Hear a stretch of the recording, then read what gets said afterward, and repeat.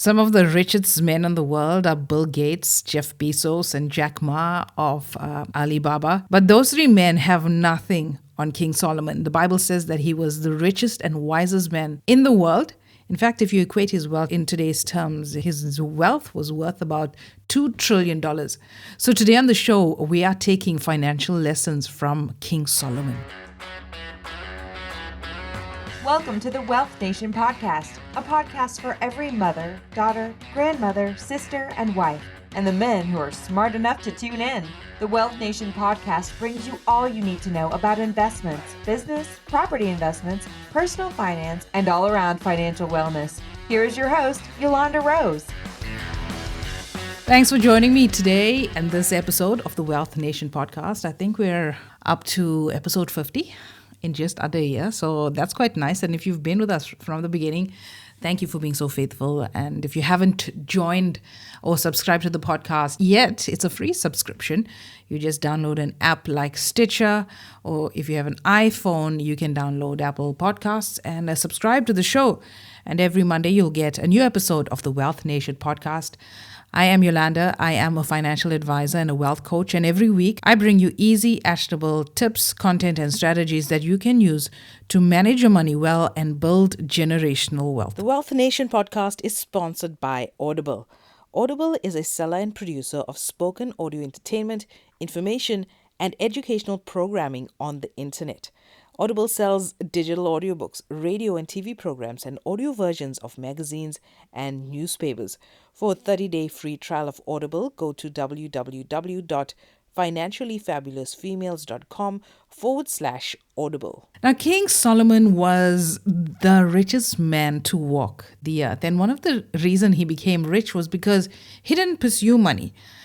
God asked him, ask anything that you want and I'll give it to you. And he didn't ask for money. He asked for wisdom, and his bonus was to be rich on top of that. So today we're going to look at the lessons, the financial lessons we can take away from King Solomon, the wisest and richest man in the world. So before you even stop this episode right here, I just want to tell you this is not a sermon. I'm not a preacher, but I'm taking significant lessons that we can take away from King Solomon. Now, King Solomon was the son of King David of ancient Israel. And the significant thing about Solomon was that he wasn't a man of war. He wasn't a king of war. His father was the king that actually established the kingdom and set up ancient Israel. But it was King Solomon that built God's temple, which still stands in modern day, the ruins still stand in modern day Israel in Jerusalem. Now, King Solomon was a contributor to a few books in the Bible, and we're specifically going to look at the book of Ecclesiastes today. And the first lesson that we can take away from King Solomon, from his book of Ecclesiastes in the Bible, it says that he who loves money would not be satisfied with money. And this is in Ecclesiastes chapter 5, verse 11. Now, loving money is a dangerous thing. And we find in the New Testament as well, the Bible says that the love of money is the root cause of all evil. And we can see it in the crime levels today. People are after money. They're after wealth. It's greed. And we all need money. Even us innocent people, we're using money. But it's the love of money that just brings you down into all evil. And money does not satisfy. If you're chasing money all the time, it's not a satisfying life. It doesn't bring you any sort of hope or happiness in your life. Now, if you're listening to the show all the time, you know I don't like talking about $1,000,000. I like talking about $1 million. But even so, $1 million does not bring you joy or any kind of satisfaction. It's just a means to an end. So the first lesson from King Solomon, we can learn that money does not satisfy. Another, I think the most important lesson that I've learned from King Solomon is you have to diversify your investments. Now, in Ecclesiastes chapter 11, verse 2, King Solomon says, divide your portion into 7 or 8. For if you do not know what misfortune may occur on the earth. And that's so relevant today. This book was written thousands of years ago. And that bit of advice is so relevant today. We're sitting in the crux of COVID-19. Our country is in economic turmoil in the entire world. And those of us that solely depend on our salaries for an income, we're in trouble. We're worried sick. Retrenchments, notices of retrenchments are being handed out. After the lockdown, maybe people don't have jobs to go to. It is scary. So this bit of advice of dividing your portion into 7 or 8, because you do not know what misfortune may occur on the earth. Now, if we diversify our investments and our income sources, we wouldn't really be worried much if we didn't have a job to go back to after this virus has played its course. We would have other income streams generating an income for us where we can feed our families. It's basically, this verse is telling us that we really shouldn't have all of our eggs in one basket. Whether it's even just a salary basket, we have to diversify. And we're going to break down, I'm going to give you some diversification methods right now that are so specific to a South African context. So the 7 or 8 things that you can diversify in when it comes to investments and income. Now, to get an income from something, you got to invest in it. Just like your job. You get an income from it at the end of the month or every week or however often you get paid because you invest in it. You invest in your time. You may not be putting money into that job, but technically you are putting money into the job because you got to get your uniform or your work clothes ready. You need your transport costs to get to work. So in an essence, you are investing in that job. And for me, I feel you're getting very little in return. The most important thing you're putting into that job is your time. It's not just 7 or 8 hours a day. Remember, you got to sit in traffic. You got to get up. You got to get ready. If you got children, maybe you're paying childcare costs because school doesn't cover your entire work day. So you're putting money into that job. So likewise, the investment options I'm going to talk to you about now, you got to put money into it if you want to get a return. So the first diversification tool that you should be using is that of property. Now, property, you need to invest in property. Now, I'm not saying take $1 million and go and buy a house somewhere. There's many ways that you can invest in property. South Africa has a very rigorous market. You got to jump through a lot of hoops to get a bond. In fact, right now is a great time to buy if you have a secure income because the rates are low and the requirements are dropping, and the country or the banks want to start stimulating the property sector because growth is not happening. So you can either have listed or unlisted property. You can hold physical property like a house or a flat or a holiday home. In episode 25 of the Wealth Nations podcast, I spoke about real estate investment trusts, or as commonly called in the financial world, REITs. So this allows you to actually own a portion of the REIT, and the REIT owns big malls in South Africa, big apartment buildings, fancy high-rises, beachfront property.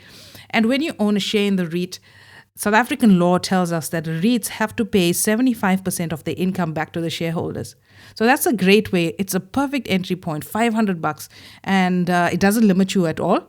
You don't have to be playing by the bank's rules. From $500 a month, you can start investing. You can own your share of some high-end property on Miami Beach, on the French Riviera, absolutely anywhere, because the South African financial system allows you to access global property through REITs, or real estate investment trusts. So that's a great way, a great entry point to earning an income in property.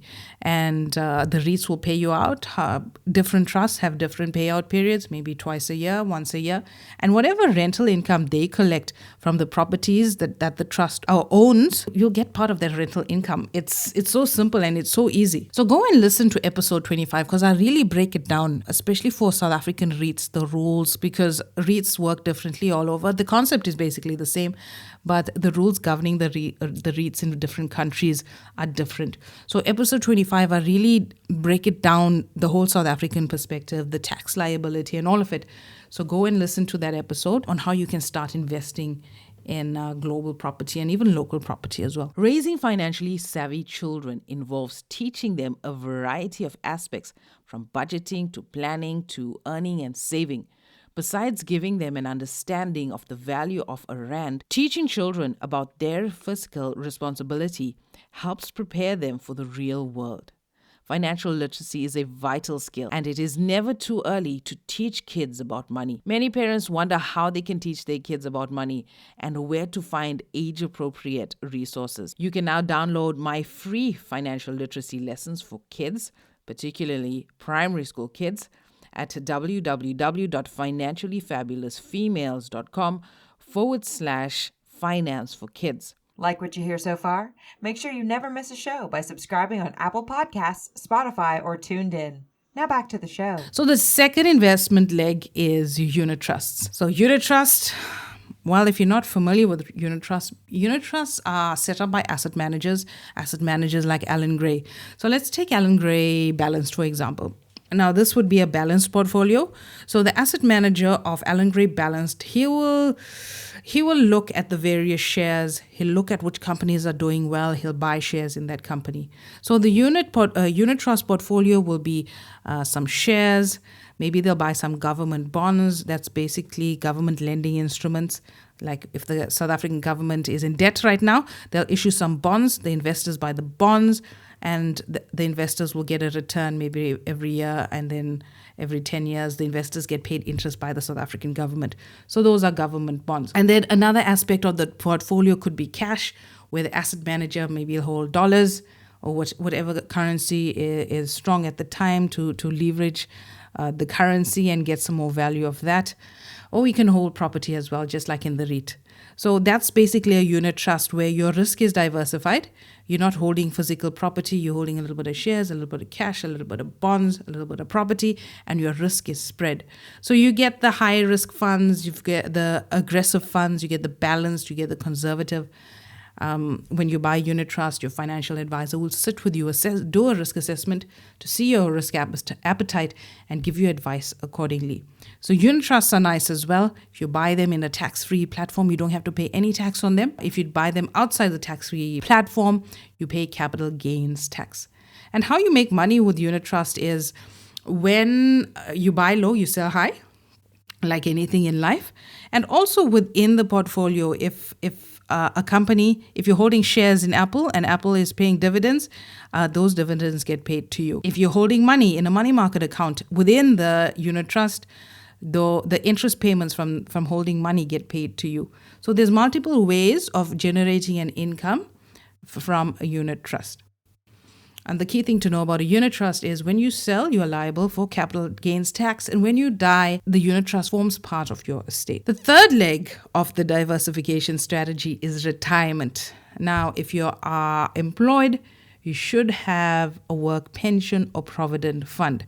Now, if you are employed and you're in a small business, encourage your boss to look at getting a pension fund or provident fund set up for your company, mainly because there's some great tax benefits for the company and for the employees as well. So what that basically means is a portion of your salary goes in towards the retirement fund. Your employer will also contribute a portion to it, and that money is stashed away for your retirement. Nobody can touch it. The nice thing about retirement products is that it's shielded from creditors.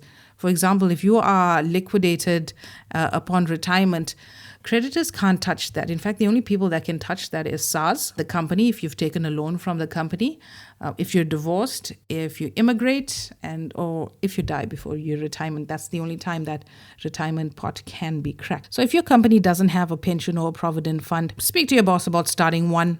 It's actually, it's not a hard thing to do at all. It just takes some time, but it's very tax efficient. If you do have one, great. You should be supplementing that with your own personal retirement annuity. Because what happens is when you are employed, you contribute to the work fund. And then when you leave, you go and start somewhere else. But the personal retirement annuity continues with you. And again, some amazing tax breaks. I did speak about this as well. I think it's episode 34, 35. I'm going to link it up in the show notes so you can listen to the entire breakdown of retirement annuities in South Africa with full tax liabilities as well. So the fourth tool is shares. I like shares. I've been really enjoying shares this year, mainly because there's been a bloodbath on the JSE and you sell low, you buy low and you sell high. That's how you make your money. You also collect dividends. And anybody can do it. Most banking platforms, you can go and buy shares there. From 10 Rand, 20 Rand, you can go and buy shares. What I'm really liking these days is exchange traded funds, which are known as ETFs. So with the ETFs, you find that these are registered investment products. They're all legal in South Africa. And what I really like is a company like Signia. Now, Signia, the CEO of Signia was our first guest on this podcast, and she has some really nice ETFs at Signia as well. So, for example, they have the FANG.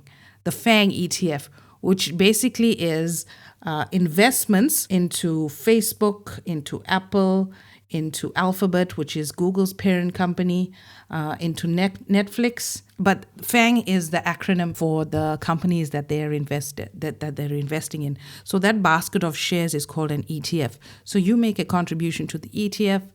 The asset manager will invest in those companies on your behalf, small contributions like $500 a month, and it's a great entry point into the US market and the global market as well. So the ETFs perform similar like unit trusts.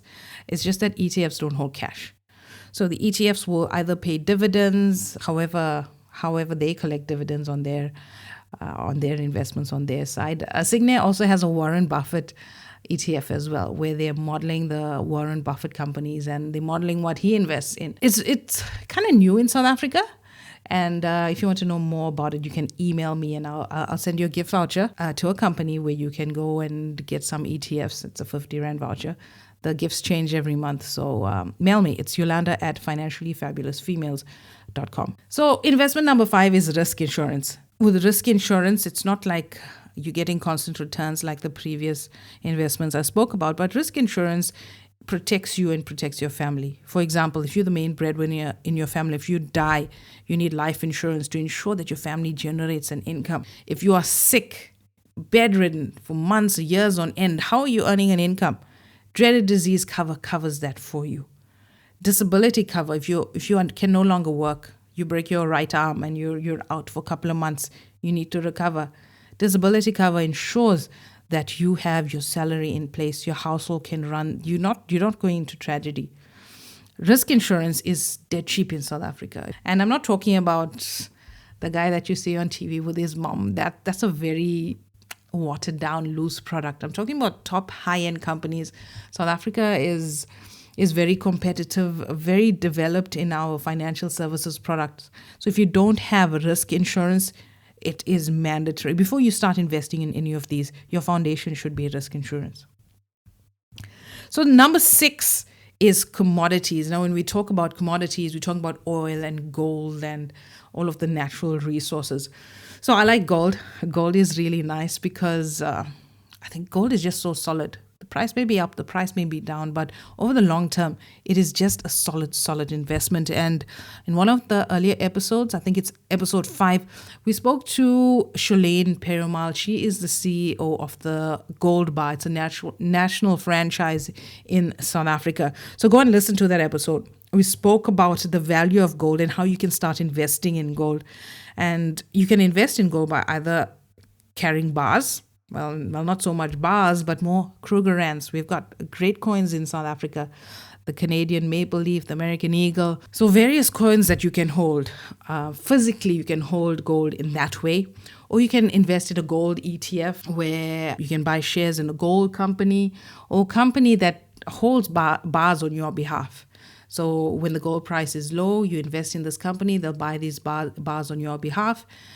Small amount investments as well, $500 a month. And when the gold price is high, you can sell at a profit. You can also buy shares in mining companies that are mining gold. And something that I really jumped into recently was oil and energy ETFs. You can buy shares in these companies as well. So this past week, West Texan crude dropped to negative $35 a barrel, which basically means that the oil companies that are drilling Western Texas crude are paying people to buy their product from them. Because of COVID-19, the demand for oil is low. The companies are still drilling because it's expensive for them to stop and start and causes damage to the well and stuff like that. So they're still pumping at the regular rate and the demand is not there. And, you know, the law of supply and demand, prices went down and the futures price went down of West Texan crude. So when that happened, I bought the West Texan crude ETF. It's a Standard Bank ETF. And by the end of the day, I was 3% up. So it's all about timing. You can buy commodities from I spent it was under $1,000 that I bought. So I'm hoping when oil hits $100 a barrel again, I can get 3 or 4 times my return for just a tiny investment that I made. So it's all about timing, all about knowing the market. It's about being financially literate. And luckily you're on this podcast. So I'm giving you some nice tips on the things that you need to be aware of. And number 7 is small business. Now, I'm a big fan of small businesses because I have quite a few because I believe in a diversified income. Now, small business can be anything from a little online store to education and training online or even physically as well. But as we can see with COVID-19, online is the way to go. People buy online, you put in a career, you send it, you don't deal with people. Maybe you have to develop your customer service online a little bit more and you got to be a little bit techie to get the online store started up. But this is not a big deal. There are drop shippers that can basically do everything for you, where you market the product and they will ship directly to the company, to the customer that orders on your website. It is just so smooth. It's endless, actually. It's endless, the possibilities of small businesses in South Africa. And what I like is buying in China and selling in the US, where you're making profit in dollars. And I'm going to be telling you more about that.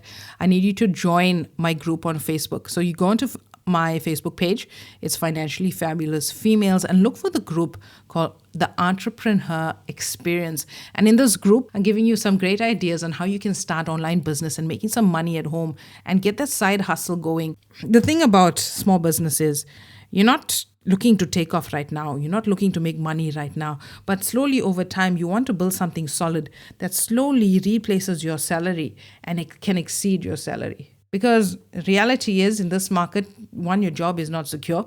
And 2, maybe if you're lucky, you get a 3, 4, 5% raise. Whereas small business, your income is not limited. And when you're online, it just takes foundational work to get set up with your online business. But other than that, everything works like clockwork. It is all automatic when it's happening. So there's lots of opportunities for small businesses in South Africa, small online businesses. So that was my diversification strategy from Ecclesiastes 11:2, where you can divide your portion into 7 or 8 because you do not know what misfortune may occur on this earth. And the nice thing is, if you have investments in all of the investment tools that I've listed, if you only had one investment and it performed very well, it wouldn't make a little impact on the portfolio as a whole. But if you had 7 investments and one of them performed well, it would have had a decent impact on the entire portfolio. And the third lesson is that the timing is never perfect. And we see that King Solomon writes in Ecclesiastes 11:4, "He who watches the wind will not sow, and he who looks at the clouds will not reap." So by just staring into nothingness, nothing's going to happen for you. You got to put your hands to the plow. And the timing is never perfect. You can't wait till you get married, till you have your first child, till you buy your first house, till you buy your first car. You got to jump in and you got to start cracking with your diversification strategies. Lesson 4 is you got to work smarter and not harder. And like I said, with the online businesses, it's that foundational work. And after that, it's smooth sailing from there. In Ecclesiastes chapter 10, verse 10, King Solomon writes, "If the axe is dull and he does not sharpen its edge, then he must exert more strength." So if you are chopping down a tree and if you have an axe and you got 1 hour to chop this tree down, 80% of that time needs to be spent on sharpening the axe. Because if you chop down a tree with a blunt axe, it's going to take you like half a day or so, depending on the thickness of the tree. But if you chop it down with a sharp axe, you wouldn't have to exert that much effort. You wouldn't have to take so long. The key is to work smarter and not harder. And people who live by this principle realize that 6 hours can be more productive than 10 hours without rest. For me, I can get an entire day's work done from 4 o'clock to 8 o'clock. When the house is quiet, when there's peace and quiet, there's nobody disturbing me, the phones are not going, there's no emails coming in.